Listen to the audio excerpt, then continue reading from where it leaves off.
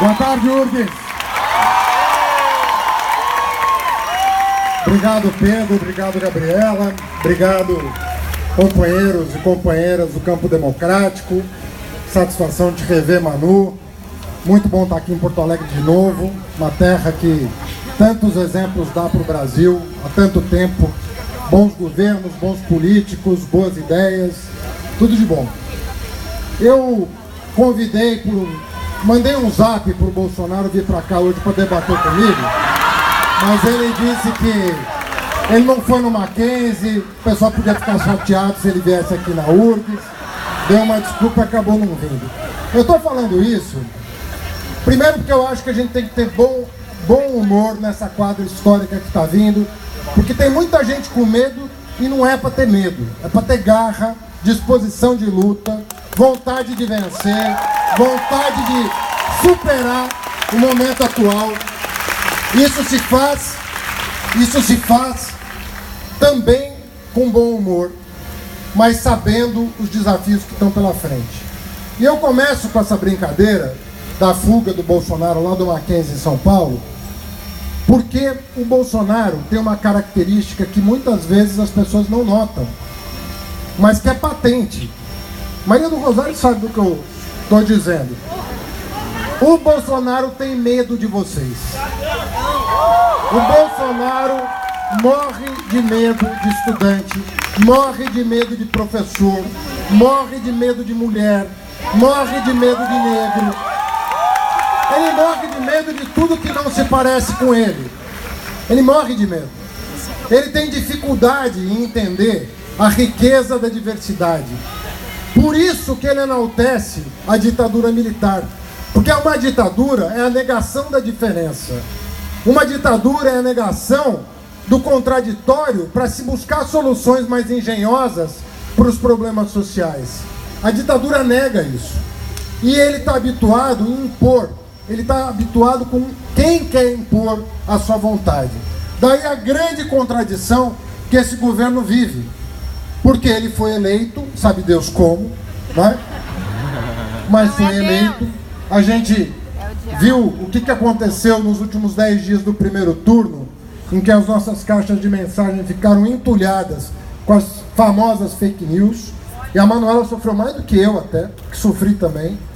Mas a gente sabe que esse processo histórico caótico que nós estamos vivendo levou o Bolsonaro à presidência. E ele tem uma dificuldade de exercer a presidência em ambiente democrático. Por isso que ele todo dia solta uma ameaça. Porque não sabe viver em ambiente democrático. E esse obscurantismo dele, que é patente em vários ministérios, no ministério como um todo, mas em algumas pastas em particular, ele é parte do projeto econômico do Bolsonaro. Porque ele sabe que ele, sem essa agenda obscurantista, é um Temer piorado na economia. Então, para ele conseguir se manter, ele precisa ser um Temer piorado também na cultura. Para desviar a atenção do projeto econômico que ele representa e que está expresso, como disse o Pedro, em todas as iniciativas do governo dele. Mas, sobretudo, na maneira como ele quer tratar os pobres desse país na reforma da Previdência. É um retrocesso de mais de 100 anos que ele está propondo para o Congresso Nacional.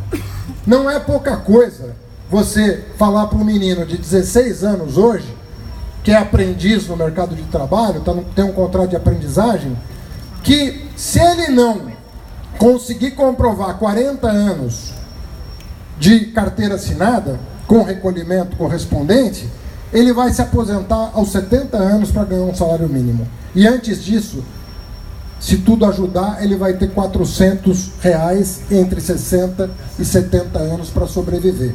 Ou seja, quase um terço, pouco mais de um terço do salário mínimo. Ou seja, é um contrassenso tão grande o que ele está propondo, e a propaganda oficial o que quer? Nós estamos combatendo privilégios. Bom, então, o trabalhador rural é um privilegiado, né? A pessoa com deficiência é uma privilegiada, quem entra num trabalho com 16 anos é um privilegiado, a mulher que tem 3 ou 4 jornadas de trabalho é uma privilegiada. É esse o recado que ele tem para dar. E ele não consegue conviver Ele não consegue conviver com a liberdade. Isso aqui para ele já é um ato subversivo. Já é um ato subversivo. Ele monitora, perde um precioso tempo monitorando o que a gente fala nas redes sociais. Porque ele quer saber a opinião que nós temos sobre ele. Se ele não convidar 3 de nós para ir até o Palácio do Planalto, em meia hora a gente explica o que a gente pensa dele. Não é tão difícil assim ele entender o juízo que a gente faz dele, do governo dele, das propostas dele. Ele tem uma dificuldade com a cultura enorme. A universidade é um desafio para ele, mas a cultura também é. Ele não consegue domar espíritos livres, ele não consegue compreender que não há ditadura que sobreviva. Você pode impor uma ditadura com base na força, mas não há ditadura que sobreviva. Porque tem uma coisa que diz respeito à nossa essência, que é a busca da liberdade e da emancipação. Isso nos faz humanos. Ele não consegue compreender que é da essência humana a busca da liberdade, a busca da felicidade, a busca da diversidade. Ele não consegue compreender conceitos básicos de convivência democrática. Então ele foge. Ele foge para o Twitter, ele foge para Israel, ele está sempre se escondendo em algum lugar. E o que ele menos faz é enfrentar os verdadeiros problemas que o país está passando. Ele não consegue fazer um discurso com começo, meio e fim sobre a questão que aflige os brasileiros.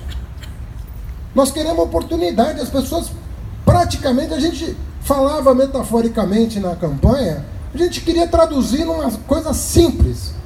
O que é a vida em sociedade, começando pelos seus fundamentos. E a gente dizia, um livro na mão e a carteira de trabalho na outra. Trabalho e educação, gente. O que ele tem para dizer sobre trabalho e educação? Ninguém vive sem isso.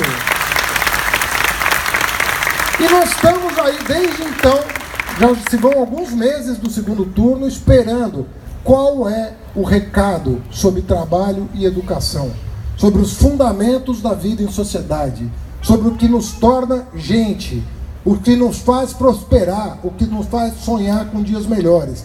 Não vem nada. Vem o Vélez. O Vélez. E aí, uma jornalista diz que ele vai demitir o Vélez, ele fala que é fake news. Aí hoje ele diz que na segunda talvez demita o Vélez. E o país, as escolas, as universidades estão aguardando o Vélez para saber o que o Vélez vai dizer sobre o FIES, sobre o ProUni, sobre a expansão das universidades, sobre a expansão das escolas técnicas, sobre o livro didático que tem que ser livre e fidedigno, não pode falsificar a história, e nem ministro tem que ter opinião sobre o que deve conter no livro didático, que não é o papel dele. O papel dele é organizar um processo para que chegue às escolas e universidades o que de melhor for produzido no Brasil. E não ele ficar de censor do Enem, de censor de livro, para saber o que da opinião dele, porque ninguém está interessado na opinião dele sobre as coisas. Nós estamos interessados em que eles governem para fazer chegar às escolas o que tem de melhor. E nós vínhamos numa toada boa na construção com os estudantes e com o magistério desse país, com os funcionários desse país, de escola, de universidade. Construímos uma universidade que é o triplo em tamanho, em número de matrículas do que nós recebemos, mas uma universidade mais diversa, mais com a cara do Brasil, né? Com representatividade de todas as classes sociais, das etnias, da cor da pele, de gênero. As mulheres se tornaram maioria na pós-graduação, nesse período. É uma evolução.